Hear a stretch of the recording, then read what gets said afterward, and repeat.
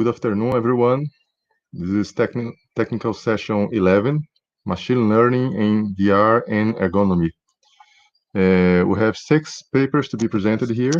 The first one is the Autonomous Foraging with SARSA-based Deep Reinforcement Learning by Anderson Mesquita.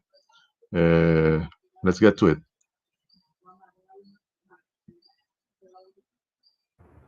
In this work, an agent that can develop a set of behavior to solve a foraging task and be autonomous is presented. I'm Anderson Mesquita, a master's student in computer science at the Federal University of Ceará. These are the authors who contributed to the development of this work. This work proposed a vision-based agent capable of developing a set of behaviors for the foraging task in a virtual environment using deep learning and reinforcement learning based on SARSA algorithm.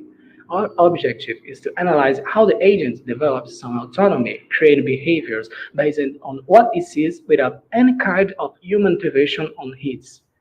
Our proposed method consists of simulating an agent in a closed rectangular landscape which contains red, blue, and yellow spheres readily scattered around the environment as shown in Figure 1. The red spheres represent fruits and generate a positive reward for the agent. The blue spheres represent poisons and generate a negative reward, and the yellow spheres represent rocks. The agent is a white cylindrical robot containing a mouth and a camera as sensors.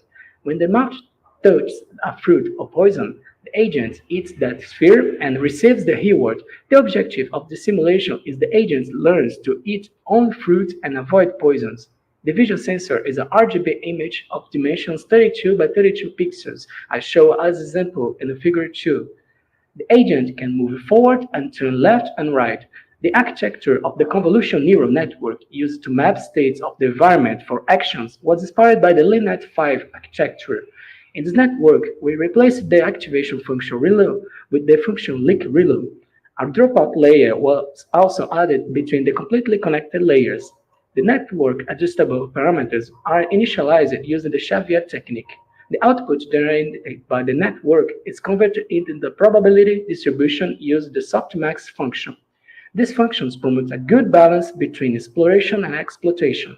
The remaining hyperparameters of the simulation includes the temperature of the softmax function, which is set to 0.01, and the discount factor, which has been set to 0.99. The replay memory that we use stores 1 million experience. The reward function is defined as, if the agent eats fruit, it receives a positive value 1. If it eats poison, it receives a negative value -1. Otherwise, the reward is 0.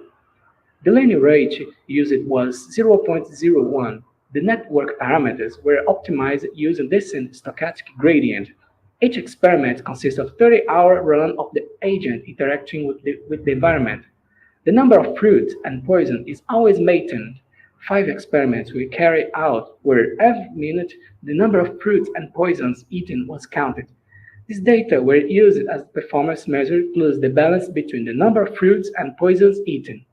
The graph on the left shows the agent balance in blue during the 30 hours that have elapsed.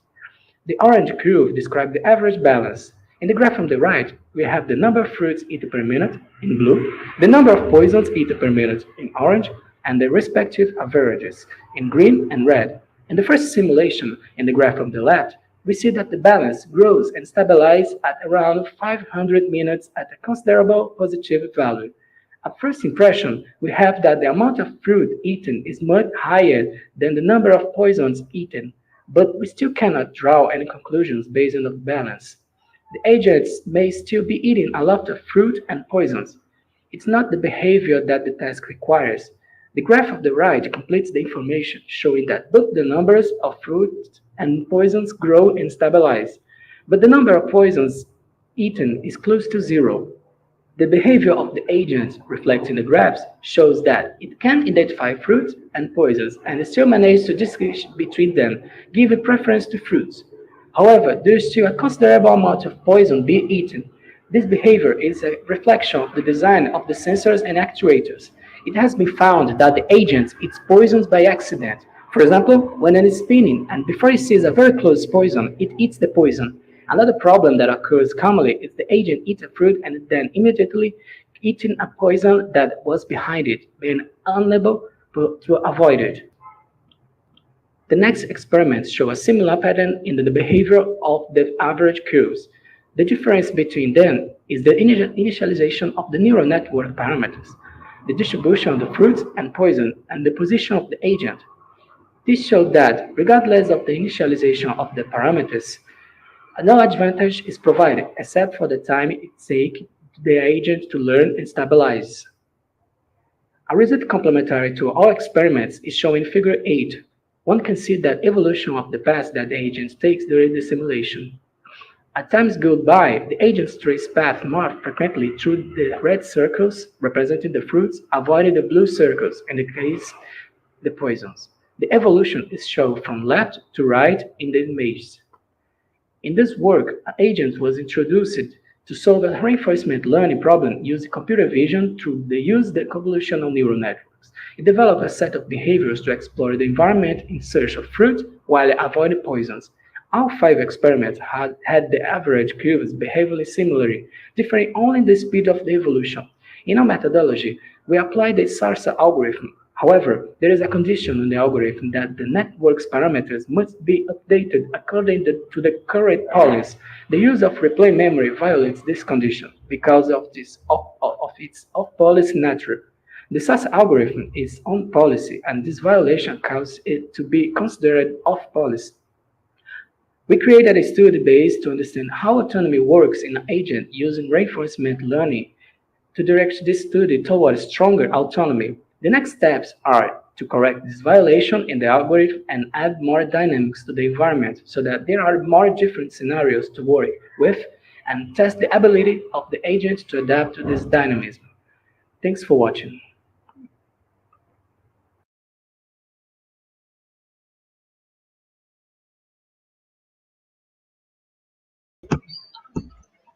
Okay, Anderson, are you there? Yes, I'm there. Okay. My voice is too loud. No, it's fine. It's normal. Okay. Checking here the questions. There is one question from YouTube. There's a comment from Daniel Rodrigues Perazzo. Great presentation. Did you encounter any problem with overfitting? For example, due to the reward function, the agent learned a behavior you did not want? The overfitting problem is shown sometimes during the simulation, but as I said in the presentation, I have used the softmax function as action selection. What this means, when an agent enters in a state that is represented by an overfit problem, like being stuck in a wall or spinning around a empty area, the robot does not stay for much time in this repetitive movement because of the nature of the softmax function. So this choice avoids to the agents to be stuck in overfitting problems.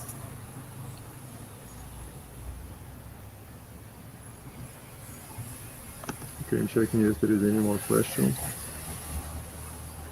No comments from YouTube.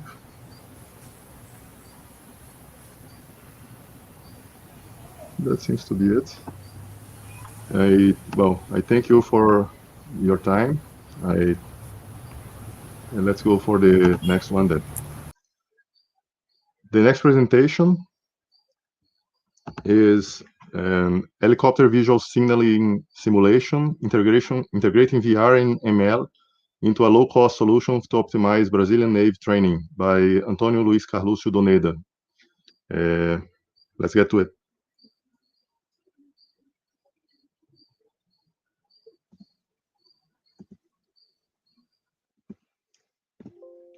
Hello, my name is Antônio Doneda, and I'm going to present a work made by me and Professor Giovanni Oliveira, named Helicopter Visual Signaling Simulation, integrating virtual reality and machine learning into a low-cost solution to optimize Brazilian Navy training. I will follow this script A brief introduction, the pre-study we used to achieve our design goals, the process of the simulation development, tests and results, and finally our conclusions and future work directions. Carrying out naval air operations requires a complex structure of procedures and specialized personnel to assist the pilot on board of a ship. Landing signalman is this officer responsible for visual signaling to the pilot, ensuring safety conditions of the flight deck area.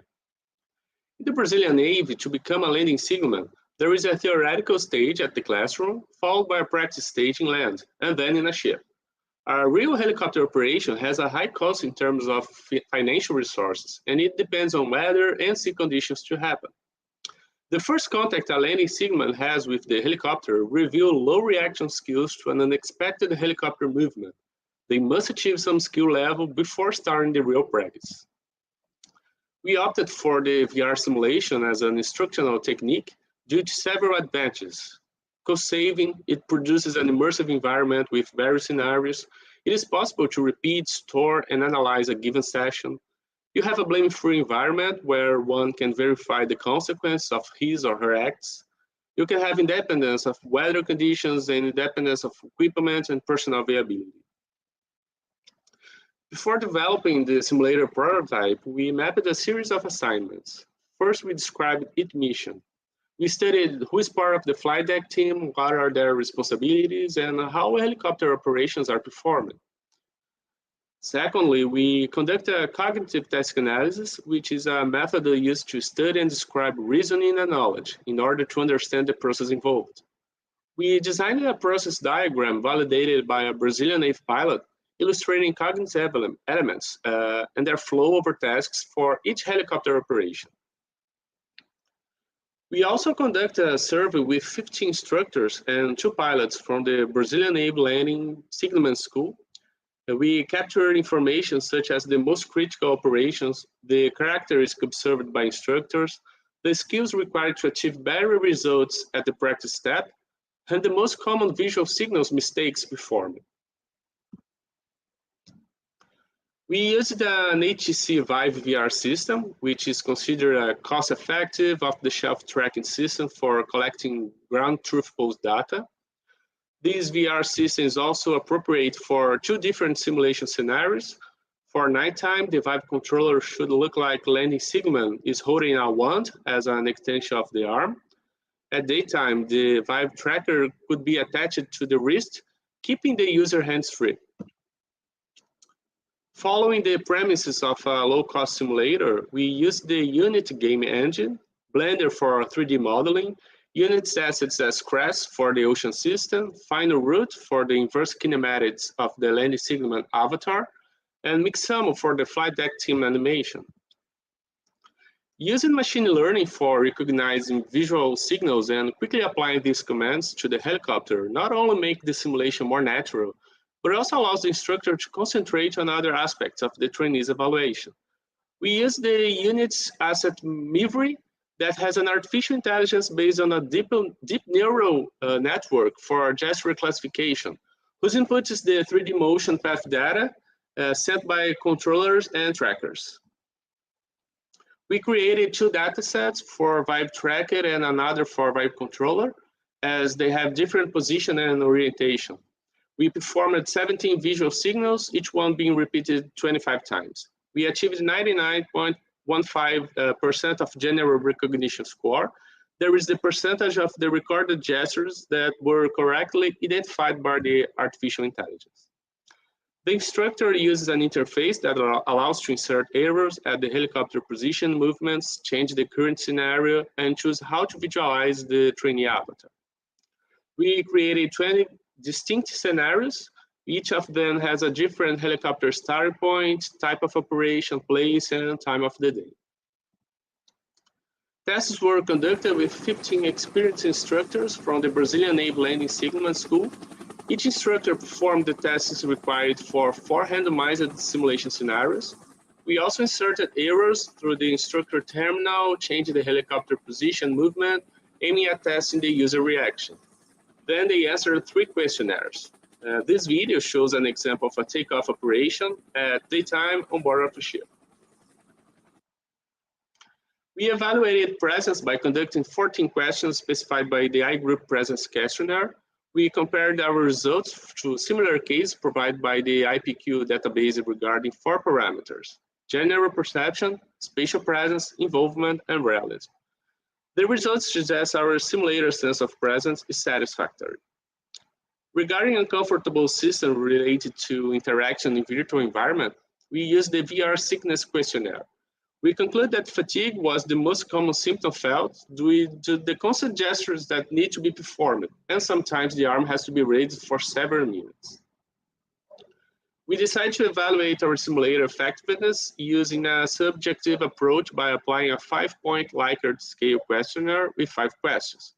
We conclude that our prototype achieved a satisfactory result. The simulator meets the design goals and integrates a machine learning methodology for visual gesture recognition. We also demonstrated that our simulator could be satisfactorily employed by the Brazilian Navy as a low-cost training solution. And with regard to future work, we are evaluating distinct types of gesture recognition methods and VR device. We also plan to increase flight deck scene animation realism, as you can see in this video.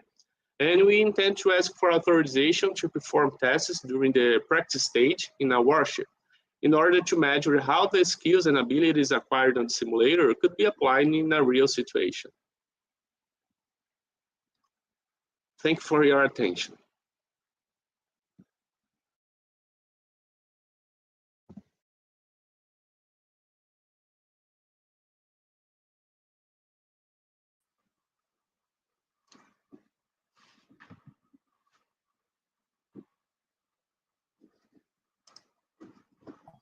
There is one question from the app, which I don't have the name of the person who made the question, who posted the question. In the abstract of the paper, you say that the proposed solution is portable. What do you mean by that, since you are using the HTC Vive? Okay, thank you. Hello, Giovanni. The solution is portable, meaning that we can use the HTC Vive. We can take it to other military organizations. So unlike a cave, for example, that it's you have to take in a bigger place, and so that's it. It's a portable solution, so you can take very easily to other places, so the instructors can apply the instruction. Okay, there is one more. Okay, my dog is going to show up here every once in a while, okay? There is one more question here by Yolanda Lima. Actually, 2 more. Antonio, did you use VR for a flying experience too? If yes, did you use it? Okay. Did you use any physical platforms to simulate the helicopter panel as a base to the experience? No, it's for our future work to connect to another simulator, that flying simulator. But no, all the work uses the automatic pilot. So the helicopter recognizes the gesture, the signal, and then apply the command. So no, we didn't use the flying the helicopter, but it could be a future work to connect them. Okay, Luciana Nadell has a question, which is, comment. Nice work. What kind of other VR devices are you intending to evaluate? Could you repeat, please? What kind of other VR devices are you intending to evaluate? Oh, okay. Other trades like Oculus Rift, and that's it. The other off-the-shelf devices, other trades. There are 2 more questions, then we're going to have to move on. Is there a public data set to train your neural network, or you needed to construct yours? You have to download the asset for Unit Mivri, but in the paper you can see the link for our data set. It's a public data set. And last question, by the way, the previous question was by Salvador Agati, and the last question is by Daniel Perazzo. Great work. Just a question. Do you see a similar pipeline as shown on your work applied for another application? Shown. Don't know what exactly is meant here. If using these gestures, these visual gestures, if these can be applied to another application, I think it is. We use it just for the helicopter, but because our Navy, Brazilian Navy, does not have anymore an aircraft, so port aircraft, but we can use for airplanes too. Anything you have to use your hands, so the pilot or another person has to recognize this gesture, I think you can use it. Thank you very much. Then we need to move on to the next work. Okay, let me see if I don't jump one here. The next one is a work by Leonardo Souza Silva entitled 3D Visualization of Temporal Data, Exploring Visual Attention and Machine Learning. Let's get to it. Hello, my name is Leonardo, and I'm going to present the work 3D Visualization of Temporal Data, Exploring Visual Attention and Machine Learning. The goal of this work was to propose a 3D interactive visualization approach for temporal data based on the use of visual attention concepts and that learns the user's preference through rule-based methods. Our motivation lies in the offer of a more personalized visualizations, combining these three important fields of study. The proposed approach is formed by two parts. The first is responsible for the visual representation design, and the second part for the learning of the user's preferences. Here we see the proposed visual representation, which was inspired by the space-time cube concept, and where we use color in the identification of each information cluster.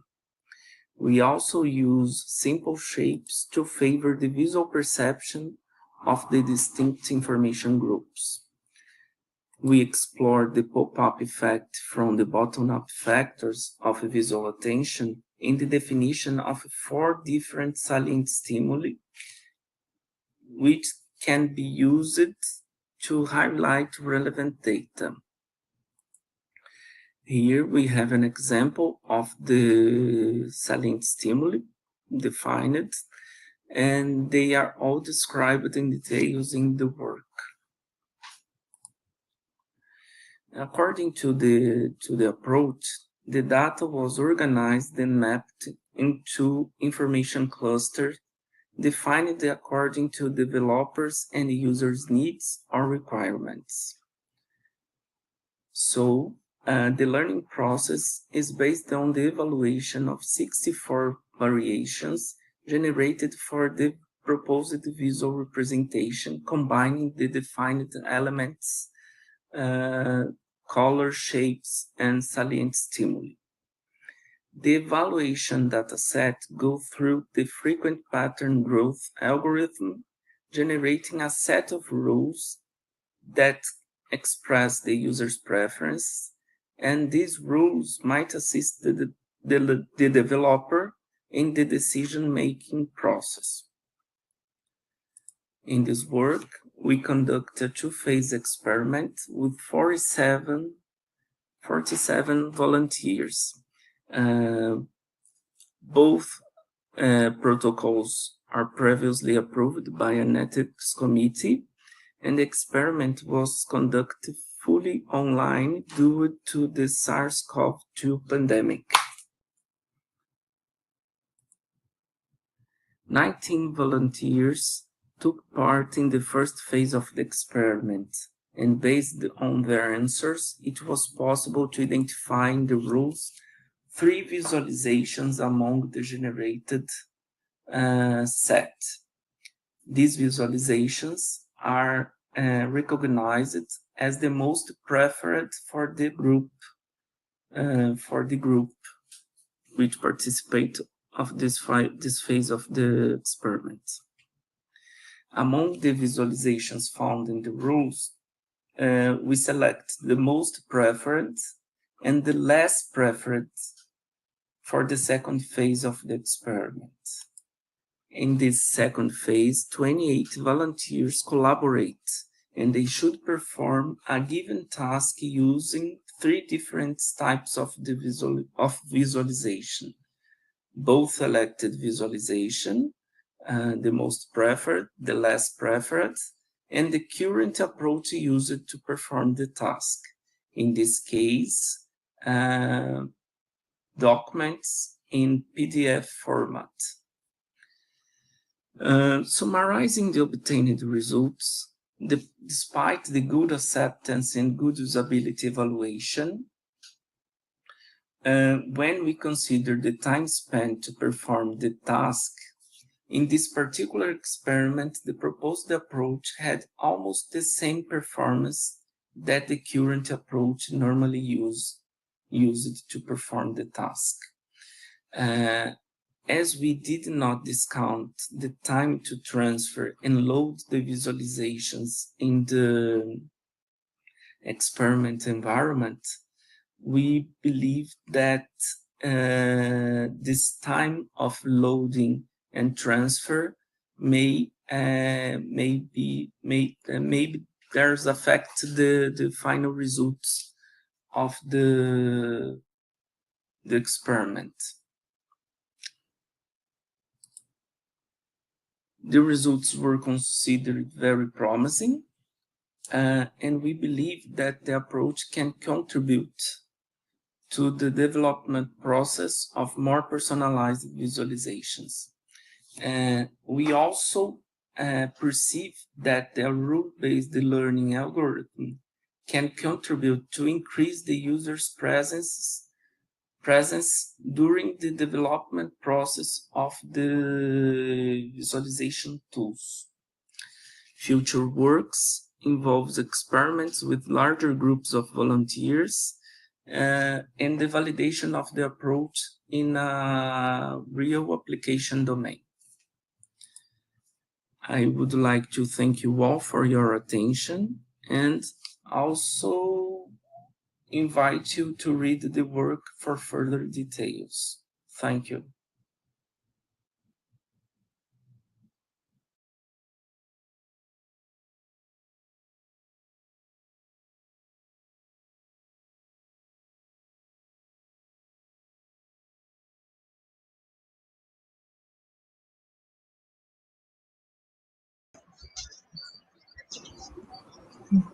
Thank you very much. There is a question from Joaquim Bento. What was the background of the volunteers? Good afternoon. Thank you for the question. In this particular experiment, we are using undergraduate and grad students. And it was a pilot that we made with the proposed protocol in this case.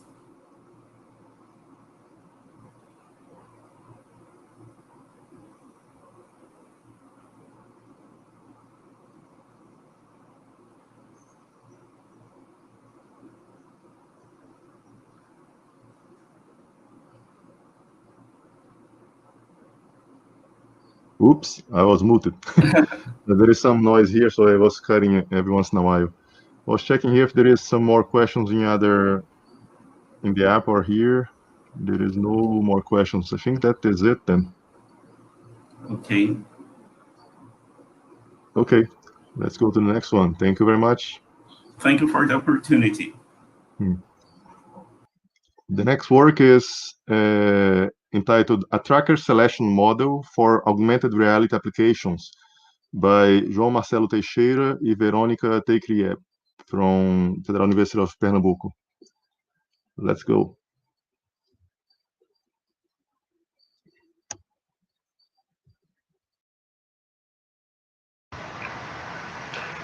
Hello everyone, my name is Marcelo Teixeira and I'm going to present the work entitled A Tracker Selection Model for Augmented Reality Applications. What was the question that drove us in this work?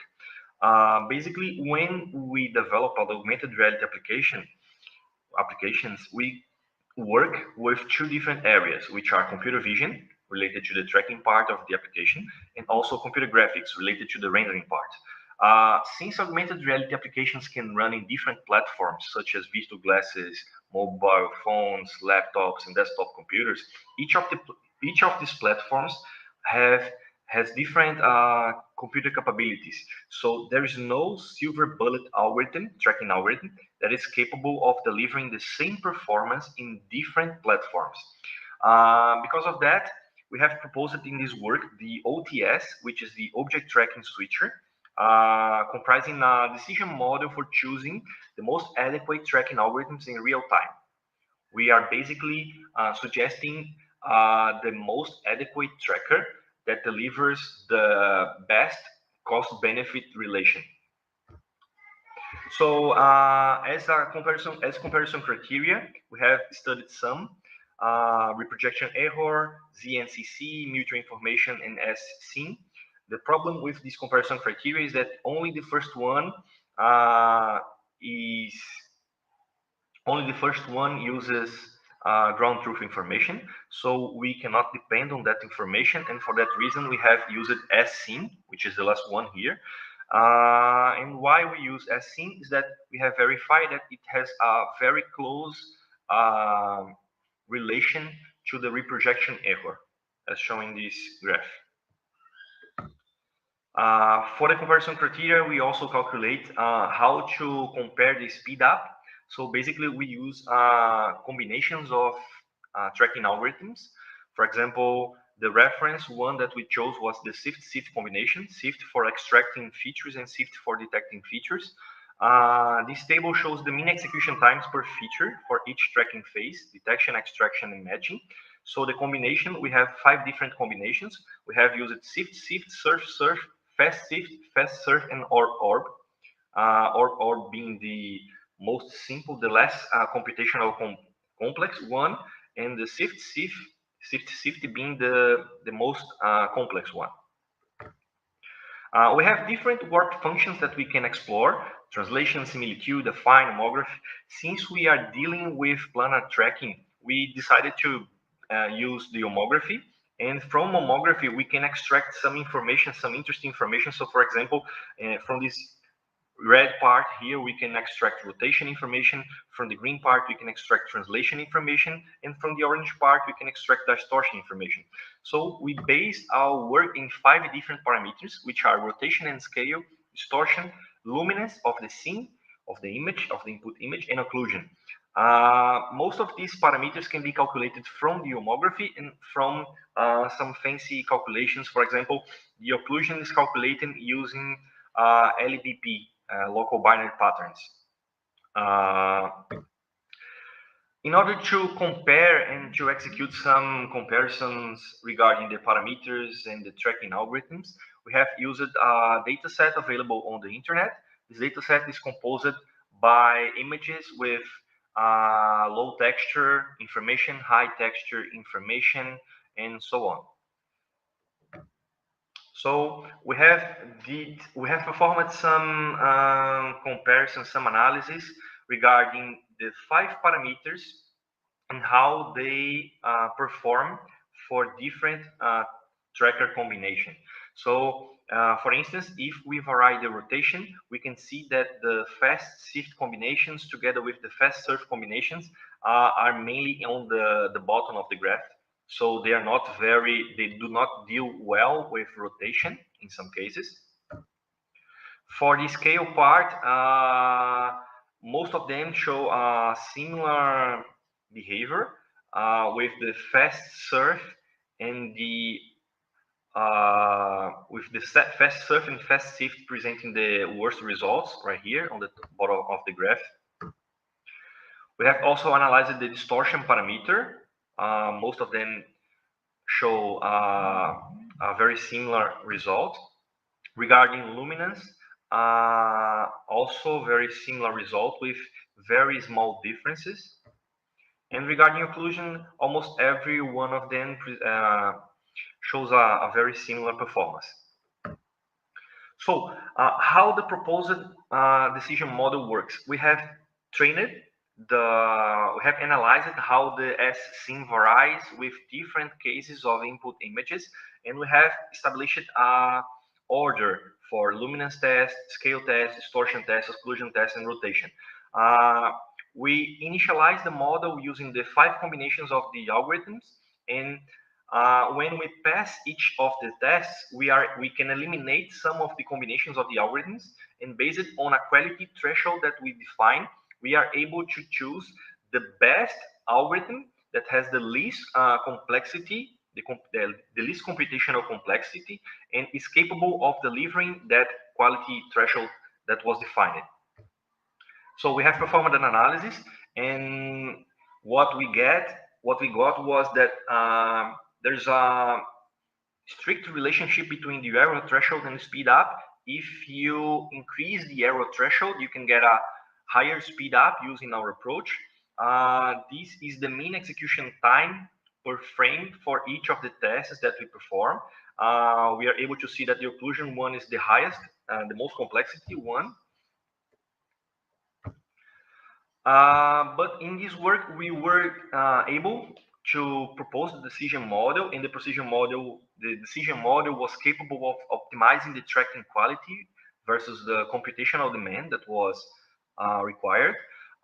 We have performed a removal of the occlusion test, since this removal is capable of increasing the speed up in 17%, with only an increase of less than 1% in the error. And as future work, we intend to test with different algorithms and extend the approach to 3D objects. Thank you very much, and I'm open for questions now.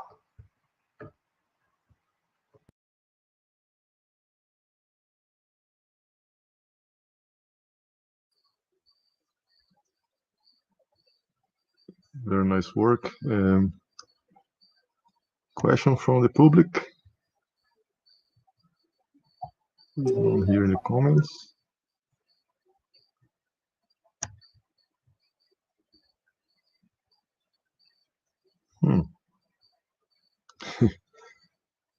It's tricky because it is not quite my area, you know.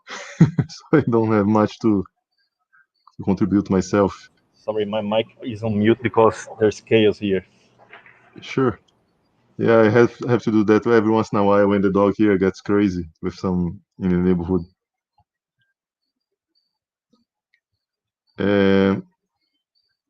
Can anybody see if there is a question on vulva, because I don't have access to it now.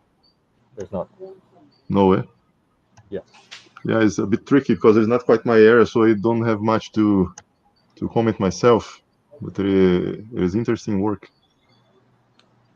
Yeah, basically. I guess we will need to.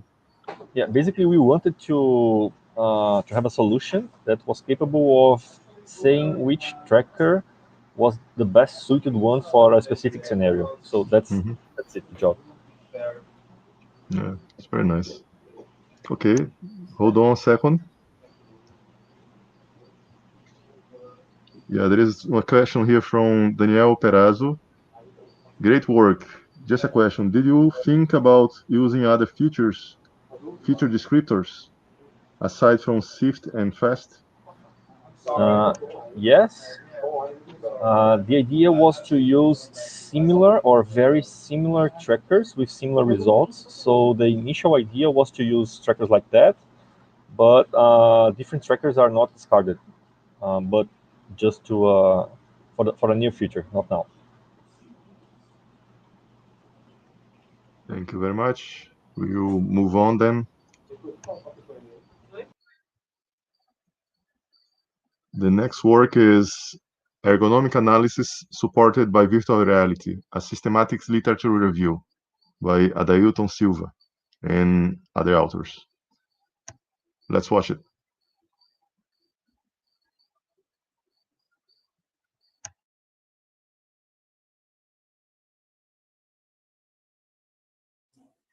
Hello, everybody. My name is Adelton Silva, and I'm here to present this work, Ergonomics Analysis Support by Virtual Reality, a systematic literature review, done by myself and my colleagues, Ingrid Wickler, Marcos Mendes, and Ubiratan Jr., all from Senai Cimatec University in Salvador, Brazil. Introduction. In the manufacturing industry, there are a huge number of the automated processes, but you still have manual operations. For those manual operations, the ergonomic issues can impact the cost, quality, and also the productivity.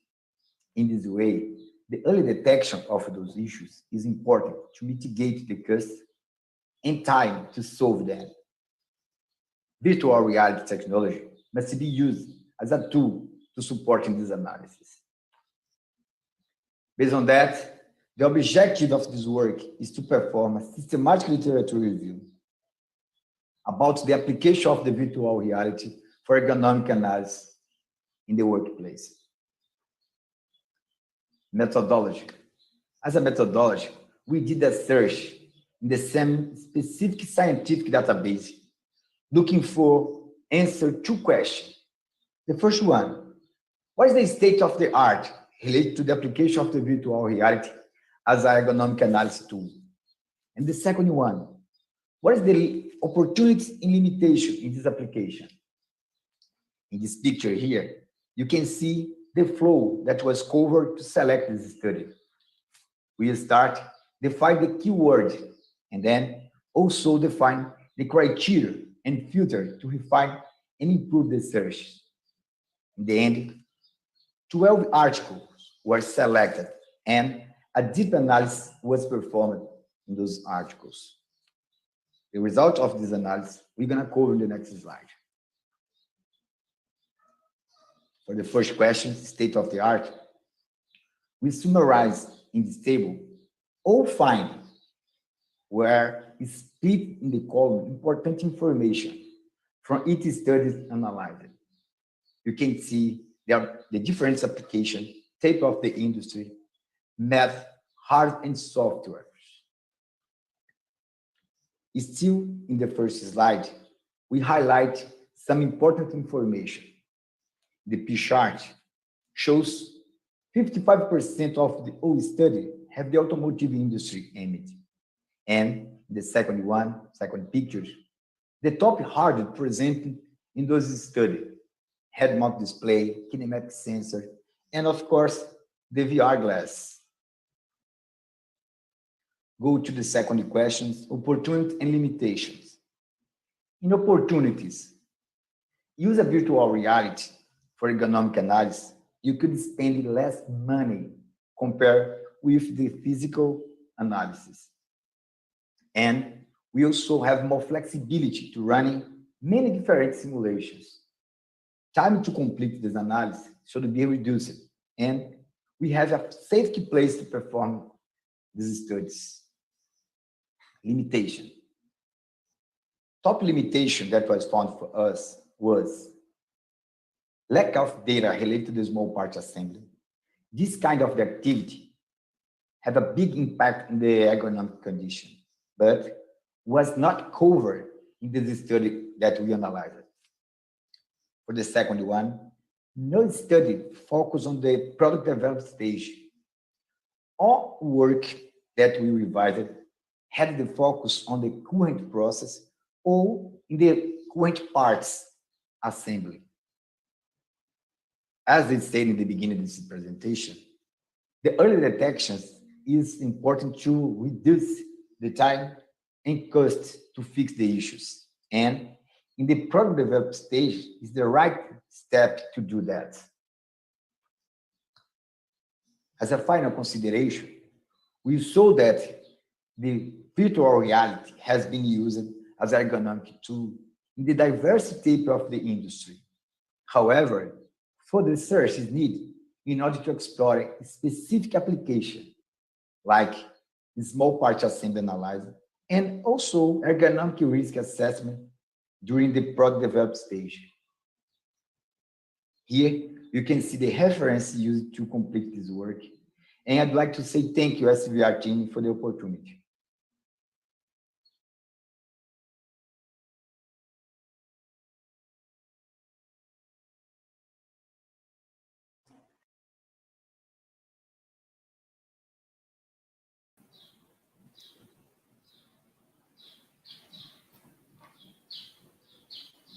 Hello? Hello? Yep, Yes. mic was off again. There is a question here from through YouTube.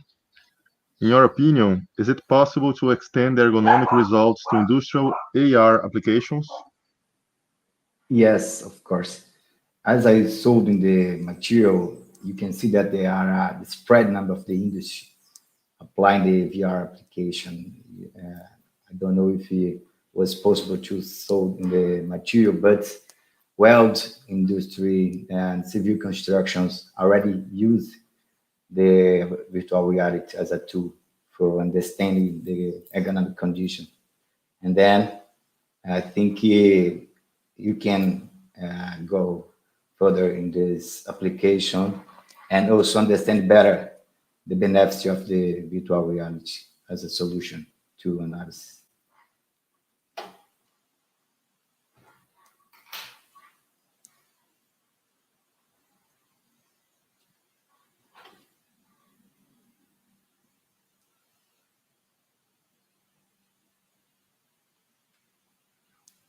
Giovanni. There I am without the mic again. Okay. One more by Salvador Agati. Did you find use cases for PCB assembly lines? I don't know on the PCB assembly line, but if on the PCB we have the manual operations, we can of course apply. For example, I work on the automotive industry, and there we have a lot of the manual operations. And according to the systematic literature review, we have a huge number of the material and the articles that shows this information related to this application.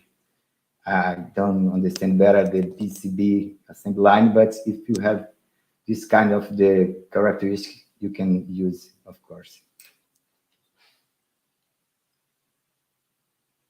I lost you out again. I'm cutting it out because there is too much noise here around, so that it doesn't bother much.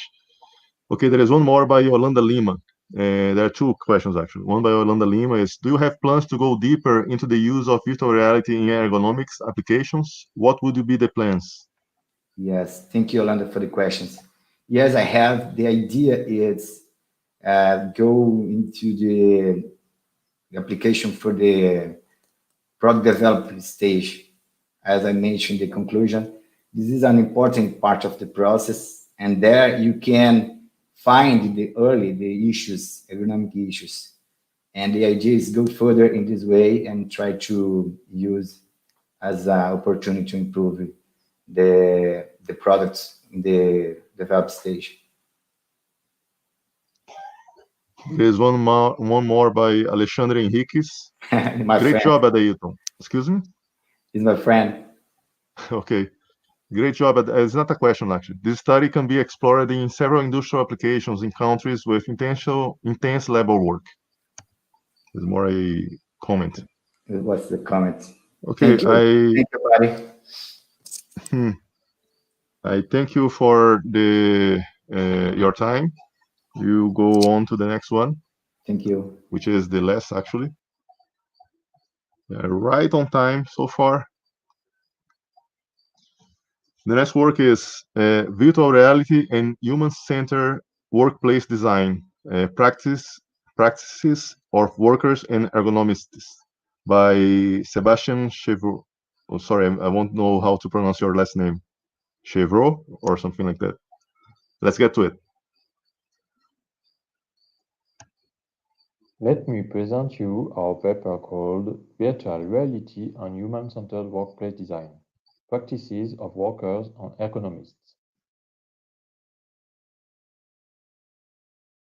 In order to cope with the very competitive industrial context, there is an ever-increasing demand for product development to be faster and less expensive while continuing to meet technological needs. Indeed, companies are focused on cost, quality, and deadlines to the detriment of the human factor. This can result in dangerous situations for workers' health and safety. Companies should integrate the human factor into their design process. This can be achieved by including workers as well as ergonomists, in addition to engineers in the design team. In this context, it is essential to identify which tools allow ergonomists and workers to study a more efficient workplace during the design process. Virtual reality tools can be used to simulate the future activity and can play an important role during the design process. Thanks to these simulations, human factor experts can assess posture, accessibility, visual field, and they can also quantify the future activity. The ergonomist bases his analysis on his expertise and experience. He validates some norms and heuristics. The worker simulates his future activity depending on his needs, habits, and professional expertise. We can hypothesize that it's relevant to use the specificity of each expert, but let's demonstrate it by analyzing their behaviors. The experimentation was made on two similar projects for two different companies. The goal is to design two new industrial workplaces. Virtual reality simulations were conducted on a cave system. For the first workplace, only one experienced ergonomist made the evaluation. For the second workplace, 3 expert workers participated in the evaluation. We have analyzed and classified actions performed by the different people. The first category are actions that represent the complete sequence of the future activity. The second category are actions that represent a partial sequence of the future activity. And the third category are unitary actions. For each category, we have calculated the cumulative time to accomplish each action. The results presented occurs spend all their time to simulate complete or partial sequences of their future activity. The ergonomist only performed unitary actions and mostly the pointing gesture. On one hand, the workers have simulated complete or partial sequences of the future activity. The workers have projected themselves into the future workplace. On the other hand, the ergonomists have focused on unitary action and the pointing gesture. These unitary actions serve the ergonomist to evaluate the workplace. Thanks to our observations of users' behaviors in virtual reality simulations, we can conclude that both ergonomists and workers are needed in order to achieve a complete evaluation of a future workplace. Thank you for watching.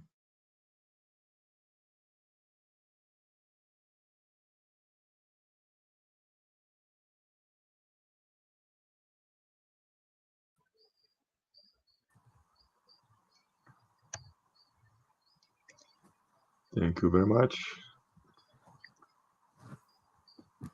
Let me see here the questions.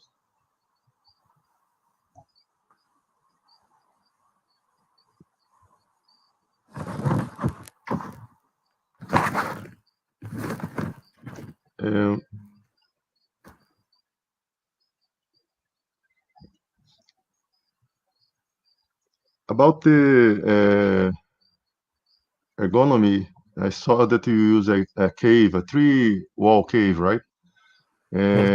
Would you see any difference in performance if you had used a 4-sided cave? Would there be any difference in the ergonomy? I think for the workplaces that we have analyzed, there are quite small workplace, and there is users don't have to go left and right on this workplace. So the 3-side cave is quite usable for these cases. Sure, true. Yeah, it depends a lot on the activities. Yes. Let me see if there is any question from the public here. None in YouTube. We still have, well, less than a minute actually. I guess that's it. Yeah, there is no questions, no more questions. So I thank you very much for your applying to SVR, for being here to answer the questions. There is one comment here that popped up. Just a sec. There is one question that, since we still have some about a minute here, we can go for it. Did you do the experiments in a lab environment? Yes, the experimentations took place in a lab, in a laboratory, but on industrial cases. But it was in a laboratory, yes. Okay. I thank you. We are now at the time to close the session.